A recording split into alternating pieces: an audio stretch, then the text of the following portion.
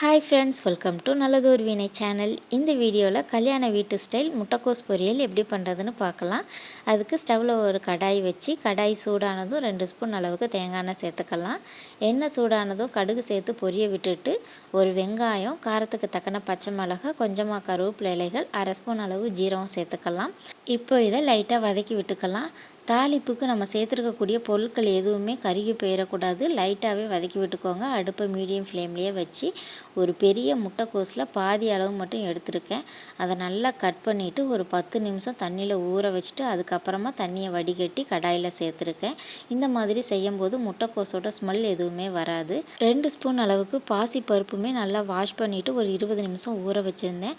அதையுமே முட்டைக்கோஸோடு சேர்த்து ஒரு 2 நிமிஷம் எண்ணெயில் வதக்கி விட்டுட்டு காய்க்கு தேவையான அளவு உப்பு, கொஞ்சமாக மட்டும் தண்ணியை சேர்த்து நல்லா மிக்ஸ் பண்ணிவிட்டு கடாயை ஒரு மூடியை போட்டு மூடி நல்லா வேக விட்டுறலாம். தண்ணி அதிகமாக சேர்த்துடக்கூடாது. அப்படி சேர்த்துட்டோம் அப்படின்னா பாசிப்பருப்பு நல்லா குழஞ்சி வெந்து வந்துடும்.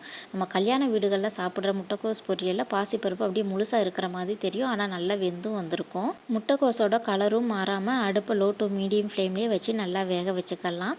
முட்டைக்கோஸும் பாசிப்பருப்பும் நல்லா வெந்து வந்ததுக்கு அப்புறமா இந்த பொரியலுக்கு தேவையான தேங்காய் துருவலை சேர்த்து நல்லா மிக்ஸ் பண்ணி ஸ்டவ் ஆஃப் பண்ணிட்டோம் அப்படின்னா சூப்பரான முட்டைக்கோஸ் பொரியல் ரெடி ஆயிரும். இதே மாதிரி ட்ரை பண்ணி பார்த்துட்டு எப்படி வந்ததுன்னு கமெண்ட் பண்ணுங்கள். வீடியோ பிடிச்சா லைக் பண்ணுங்கள், ஷேர் பண்ணுங்கள், மறக்காமல் சப்ஸ்கிரைப் பண்ணுங்கள். தேங்க்யூ.